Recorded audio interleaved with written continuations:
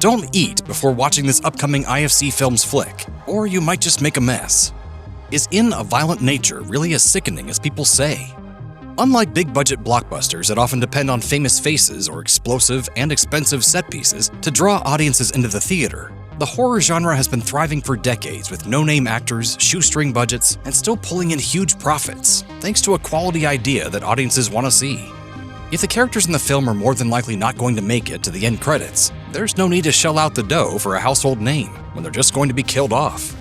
Fortunately, horror films also frequently inspire unprovoked reactions from audiences that work better than any marketing campaign ever could.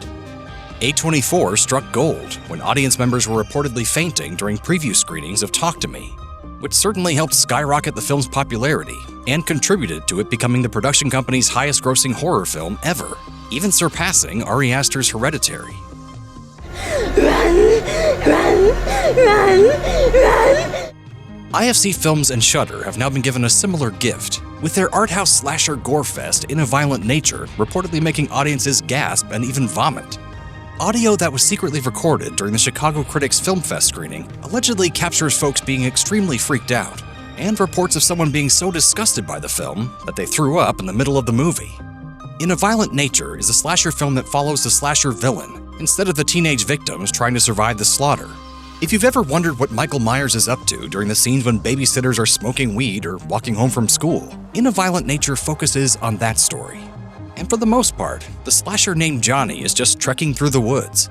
And sometimes In a Violent Nature feels like watching a video game walking simulator. But this intentional pacing is meant to lull the audience into a false sense of comfort, because when Johnny's path finally does cross with a group of friends in the woods, he executes kills that would make Jason Voorhees proud.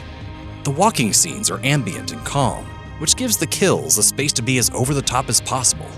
One moment in particular, undoubtedly the scene that reportedly made someone barf in their seat, is one of the most creative kills in recent memory, outdoing even the gorehound favorite Terrifier 2.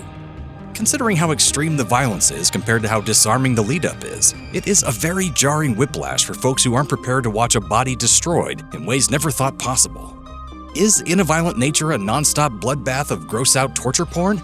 No, but it is extremely effective in its execution, and will certainly catch some viewers off guard with just how intense the kills get, especially those shot in broad daylight.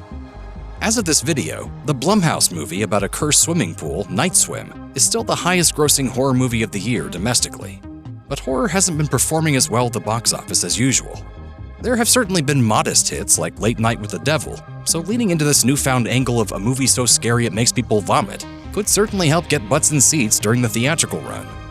Fortunately, In a Violent Nature is a genuinely interesting movie in its approach to crafting a slasher film, and the downright brutal kills more than compensate for the downtime between them.